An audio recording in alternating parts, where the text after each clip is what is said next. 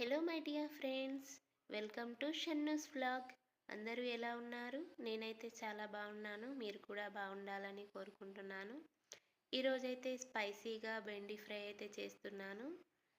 Spicy కడాయి బెండి fry. ఇందుకోసం 1 kg బెండకాయలు అయితే తీసుకొని బాగా వాష్ చేసి ఇలా చిన్నగా అయితే కట్ చేసి పెట్టుకున్నాను.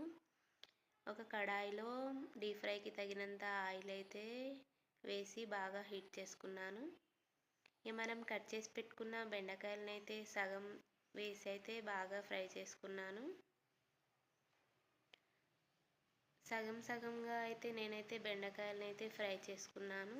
ఒకేసారి బెండకాయలు వేసి ఫ్రై చేస్తే బాగా కుక్ అవ్వవని సగం సగం అయితే చేసి ఇలా అయితే ఫ్రై చేసుకున్నాను. ఇలా ఆయిల్ లేకుండా అయితే తీసి ఒక ప్లేట్లో అయితే తీసుకున్నాను. ఇప్పుడు అదే కడాయిలో 1/4 కప్ పల్లీలు అయితే తీసి వేయించి పెట్టుకుంటున్నాను. పల్లీలు కూడా బాగా డీప్ ఫ్రై అయితే చేసుకున్నాను. ఇప్పుడు ఒక పెద్ద ఉల్లిపాయనైతే తీసుకొని ఇలా చిన్నగా అయితే కట్ చేసి పెట్టుకున్నాను. అలాగే 5-6 పచ్చిమిర్చి కూడా ఇలా పొడుగ్గా కట్ చేసి అయితే పెట్టుకున్నాను.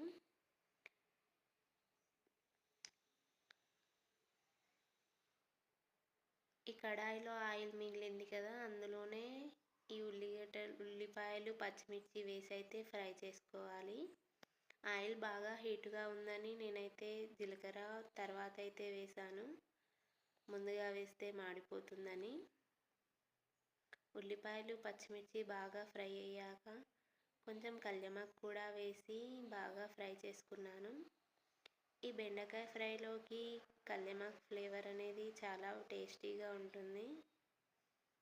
ఈ కల్యమాకు క్రిస్పీగా అయ్యేంత వరకు అయితే ఫ్రై చేసుకోవాలి.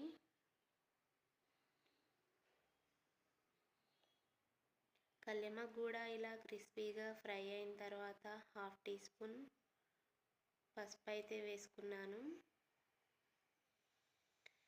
నార్మల్గా చేసే బెండి ఫ్రైకి ఇలా కడాయిలో చేసే బెండి ఫ్రైకి చాలా డిఫరెంట్ ఉంటుందండి. కడాయిలో చేసే బెండి ఫ్రై చాలా టేస్టీగా ఉంటుంది. నేను 1/2 టీ స్పూన్ పసుపు అయితే వేసి బాగా కలిసేలాగా కలుపుకున్నాను.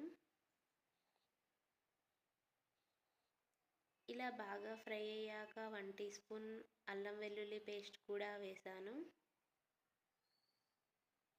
ఈ అల్లం వెల్లుల్లి పేస్ట్ స్మెల్ పోయేంత వరకు, పచ్చివాసన పోయేంత వరకు అయితే ఇలా బాగా ఫ్రై చేసుకోవాలి. ఇలా కలుపుతూ ఉంటే మంచి స్మెల్ అయితే వస్తుంది.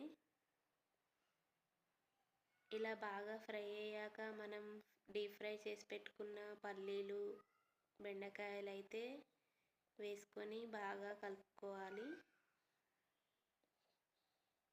ఇలా మొత్తం కలిసేలా అయితే కలుపుకోవాలి.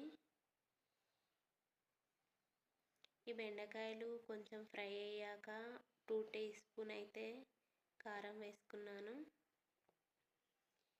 ఈ బెండకాయ ఫ్రై స్పైసీగా ఉంటేనే బాగుంటుంది.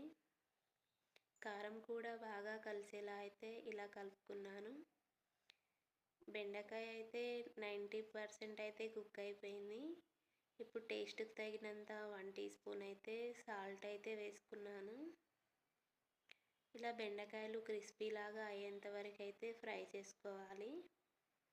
ఫైనల్గా అయితే కొంచెం కొత్తిమీర అయితే వేసుకున్నాను. కొత్తిమీర వేసుకొని బాగా కలిపి ఒక 5 మినిట్స్ అయితే ఉంచి స్టవ్ అయితే ఆఫ్ చేసుకున్నాను. అంతే, మన క్రిస్పీ స్పైసీ బెండి ఫ్రై అయితే రెడీ అయిపోయింది. ఈ బెండి ఫ్రైని సర్వింగ్ బౌల్లోకి అయితే తీసుకున్నాను. ఈ వీడియో కనుక మీకు నచ్చినట్టయితే ప్లీజ్ ఫ్రెండ్స్ లైక్ చేయండి, షేర్ చేయండి, సబ్స్క్రైబ్ చేసుకోండి. సైనింగ్ ఆఫ్ మీ ఛానల్.